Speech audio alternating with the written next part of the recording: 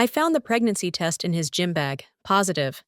But here's the thing, I'd had my tubes tied 3 years ago. My husband knew that. So whose baby was he celebrating? My name is Tanisha, and I'm 34 years old. 10 years ago, I stood in a small Baptist church in Atlanta, wearing my grandmother's pearl necklace and holding a bouquet of white roses, promising forever to Marcus Williams. He was everything I thought I wanted. Charming, ambitious, with a smile that could light up any room. We'd met at a 4th of July barbecue, and by Thanksgiving, he was already talking about our future together.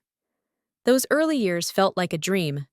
We'd spend Sunday mornings making pancakes, while old R&B played on the speakers, Marcus twirling me around the kitchen between flipping bacon. We bought our first house, a modest 3-bedroom in the suburbs, with a backyard perfect for the family we planned to build. I can still remember the smell of fresh paint as we decorated the nursery together, him holding the ladder while I stenciled clouds on the ceiling. We were blessed with 2 beautiful children, Jaden, now 8, and little Zara, who just turned 6. I gave up my marketing career to be home with them, and Marcus supported that decision wholeheartedly. Our kids deserve to have their mama there, he'd say, kissing my forehead. Those years were filled with soccer practice carpools, birthday parties in our backyard, and Christmas mornings watching the kids tear through wrapping paper while sipping coffee in our matching holiday pajamas. My mama always said family was everything. She'd raised me and my 2 sisters on a teacher's salary after Daddy passed, showing us that love meant sacrifice. I carried that lesson into my marriage, pouring everything into making our house a home. I packed Marcus's lunches every morning, ironed his work shirts, made sure dinner was ready when he walked through that door. I believed that's what love looked like, showing up every single day, no matter what. The changes started about a year ago when Marcus joined a new gym. At first, I was proud, my husband taking care of himself. But soon, he was leaving before dawn and coming home different. Distant. His phone became glued to his hand, always face down, always protected, like it held state secrets. Then came Jaden's 8th birthday party.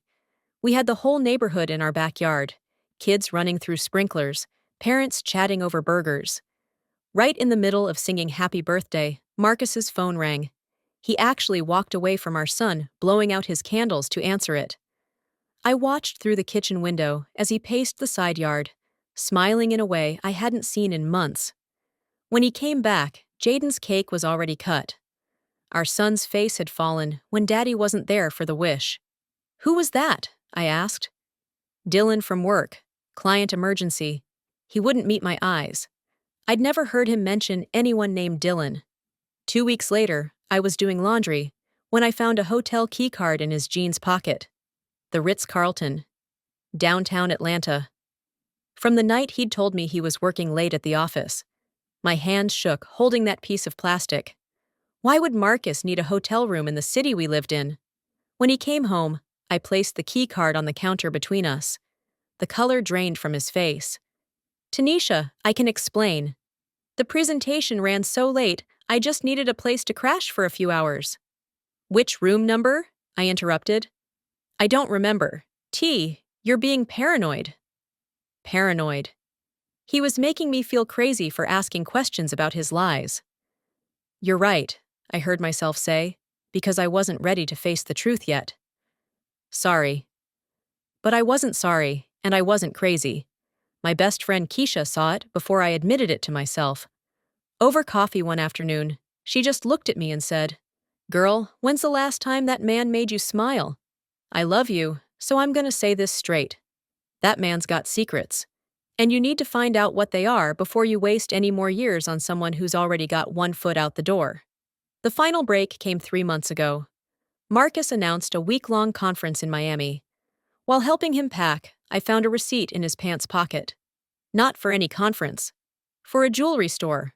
A necklace that cost more than our 10th anniversary gift, which had been takeout and Netflix. "Who'd you buy jewelry for?" I asked. He froze. "Your birthday's coming up." "Wanted to surprise you. My birthday was 9 months away."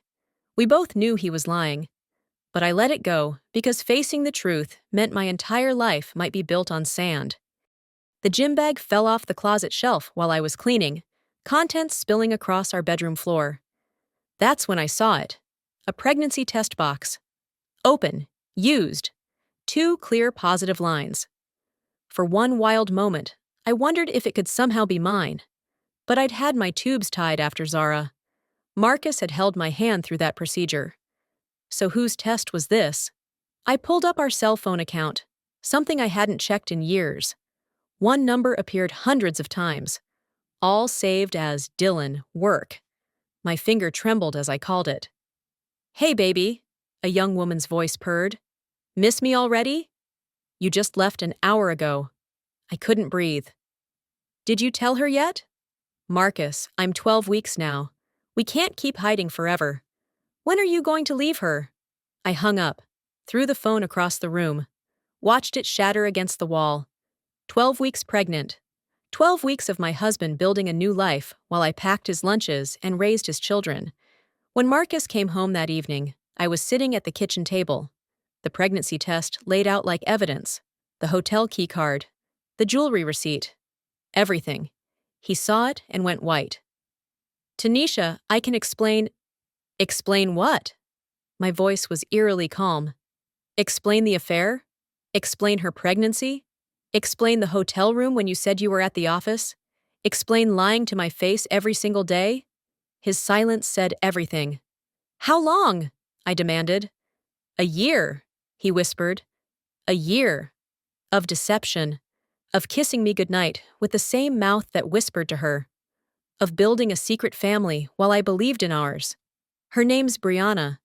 She works at the gym. She's 26. He said it like he was confessing to a therapist, not destroying his wife. I didn't mean for this to happen, but I love her. She's having my baby, and I want to be there for them." "And what about the babies you already have?" I stood, shaking. "What about Jaden and Zara?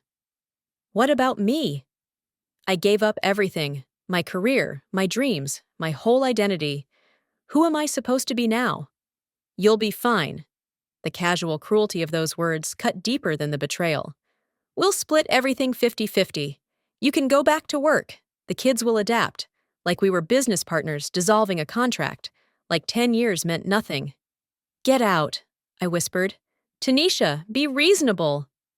"Get out!" Both kids came running downstairs, eyes wide with fear. Zara started crying, and Jaden wrapped his arms around his little sister. Marcus looked at our children, his children, then grabbed his keys and walked out, leaving me to explain to an 8-year-old and a 6-year-old why Daddy wasn't coming home. The next few weeks were the darkest of my life. I moved through the house like a ghost, going through motions for the kids while dying inside. Jaden started fighting at school. Zara stopped sleeping, crawling into my bed crying for her daddy. And me? I couldn't look in the mirror without seeing not enough staring back. My mama came to stay with us. She took over, getting the kids to school, making sure they ate, while I fell apart. Keisha showed up every single day, sometimes just sitting in silence, sometimes forcing food down my throat. One morning, Mama opened my curtains and sat on my bed. "I didn't raise you to let no man break you like this. You think you're the first woman to be betrayed? Baby, you're bleeding, but you ain't dead. Now get up." Her words were tough, but her hands were gentle as she pulled me into her arms. "This isn't about you not being enough. This is about him being broken inside. And you know what? You can't fix a man who don't want to be fixed. Stop trying to make sense of his mess. Start rebuilding yours." Something in those words cracked through my fog. Marcus filed for divorce 2 weeks after moving out. His lawyer sent papers demanding 50-50 custody, wanting to sell the house, split everything like our marriage had been a business deal. I called Patricia Henderson, a sharp-eyed divorce lawyer Keisha recommended. She took one look at the papers and shook her head. "He's trying to lowball you. You gave up your career to raise his children. Given the affair and abandonment, we can fight for primary custody, the house, and spousal support." Patricia leaned forward. "Stop shrinking yourself to make him comfortable. Your children are watching. Show them what it looks like when a woman stands up for herself. Fight for yourself." I'd spent 10 years fighting for Marcus, for our marriage, For our family. When had I last fought for Tanisha? So I started fighting. I documented everything: texts, hotel charges, the jewelry receipt, the hotel keycard. Patricia built a case showing a man who'd planned his exit while his wife kept the home fires burning. But I wasn't just fighting in court. I was fighting to rebuild myself. I started therapy. Dr. Williams helped me unpack 10 years of making myself small, of believing my worth was tied to how well I served someone else. "What did you love before Marcus?" she asked one session. The question stopped me cold. "I used to paint," I said slowly. "In college, I spent hours in the art studio, even sold pieces at galleries. My professor said I had real talent. When's the last time you painted?" I couldn't remember. Somewhere between wedding planning and motherhood, I'd put away my brushes and never picked them back up. Marcus said art wasn't a real career, I admitted, that we needed stability. So I put my dreams in a box. "You're allowed to have dreams of your own," Dr. Williams said gently. "Being a wife and mother are beautiful, but they're not the only things you're allowed to be." That night, I drove to an art supply store and bought everything I needed. Set up a studio in the spare bedroom, the one that was supposed to be Marcus's office but that he'd barely used. Painting became my therapy. I'd stay up late pouring pain and anger and hope onto canvas. Dark purples and angry reds for betrayal, soft blues for healing, bright oranges for the hope I was starting to feel. One night, I pulled out our wedding photo, the one that had sat on our mantel for 10 years. I stared at that girl in the white dress and barely recognized her. She'd been so eager to please, so willing to disappear. I took the photo out of its frame, stretched a fresh canvas over the backing, and painted over us. Gold and silver swirls where our faces had been, deep blues where our bodies stood, and rising from the center, a phoenix in brilliant oranges and reds. I painted until 3 a.m., tears streaming, each brushstroke feeling like freedom. I titled it Transformation and hung it where our wedding photo used to be. Keisha convinced me to join an art class at the community center. "Let Mama watch the kids." "You need this." That's where I met David, the instructor, a quiet man with paint-stained fingers and gentle eyes. When he stopped at my easel, he studied my work for a long moment. "This is raw." "Real," he said. "You're not painting what you see, you're painting what you feel. That's rare. Don't apologize for feeling deeply. That's what makes you an artist." We started talking after class. Nothing romantic, just conversations about art and healing. David had been through his own divorce years before. He didn't try to fix me, he just listened. And slowly, I found myself looking forward to those Thursday nights. Not because of David specifically, but because those nights were mine. When David asked if I'd show my work at a small gallery exhibition he was curating, I hesitated. "Your work deserves to be seen," he said simply. "You're telling a story people need to hear, about surviving, about finding yourself after loss." I said yes. For the first time in years, I was saying yes to myself. The divorce proceedings dragged on for months. Marcus fought everything. During mediation, he actually said, "You let yourself go, stopped trying." What did you expect? I stared at this stranger wearing my husband's face and felt nothing. "I expected loyalty," I said calmly. "I expected the man who vowed to love me in good times and bad to mean it. But thank you, Marcus. Thank you for showing me I was trying to water a dead plant. The problem was never me. It was you, a man who throws away a decade because someone younger smiled at him. That's not about me, that's about you never growing up." I stood, gathering my things. "Patricia, tell them we'll see them in court. I'm not accepting less than I deserve." The divorce was finalized on a Tuesday in September. The judge, a steel-haired woman with sharp eyes, reviewed Patricia's evidence and looked at Marcus with an expression that could freeze fire. "Mr. Williams, what I see is a pattern of deception, financial infidelity, and abandonment. You maintained an affair for over a year while your wife cared for your home and children. You spent marital funds on hotel rooms and jewelry for your mistress while celebrating your anniversary with takeout. This court does not reward that behavior. Marcus tried to interrupt, but she silenced him with a look. Mrs. Williams receives primary custody. You get supervised visitation every other weekend until you demonstrate stability. Mrs. Williams retains the home. You will pay child support and spousal support for 5 years. Furthermore, you'll cover half of Mrs. Williams' attorney fees for prolonging this unnecessarily. Patricia squeezed my hand. Tears slid down my face. Not sad tears. Relief. Validation. Justice. Standing on the courthouse steps afterward, breathing in the September air, I felt lighter than I had in years. Free. Like I'd been carrying a weight I didn't know was crushing me until it was gone. Marcus moved in with Brianna and their baby boy, Marcus Jr., because originality wasn't his strong suit. My kids visited every other weekend, supervised by his mother. I used that time for myself: painting, therapy, art class, coffee with Keisha, remembering what peace felt like. 3 months after the divorce, Marcus called. The kids barely speak to me. Jaden looks at me like he hates me. What did you tell them? I told them the truth, that you started a new family. I didn't poison them against you. You did that when you walked out. I miss them. I miss you. Brianna and I were not. Stop. I cut him off. I don't care about your regrets. You made your choice. Now live with it. You want your kids' trust back? Show up, be consistent, prove you won't disappear again. But leave me out of it. I hung up.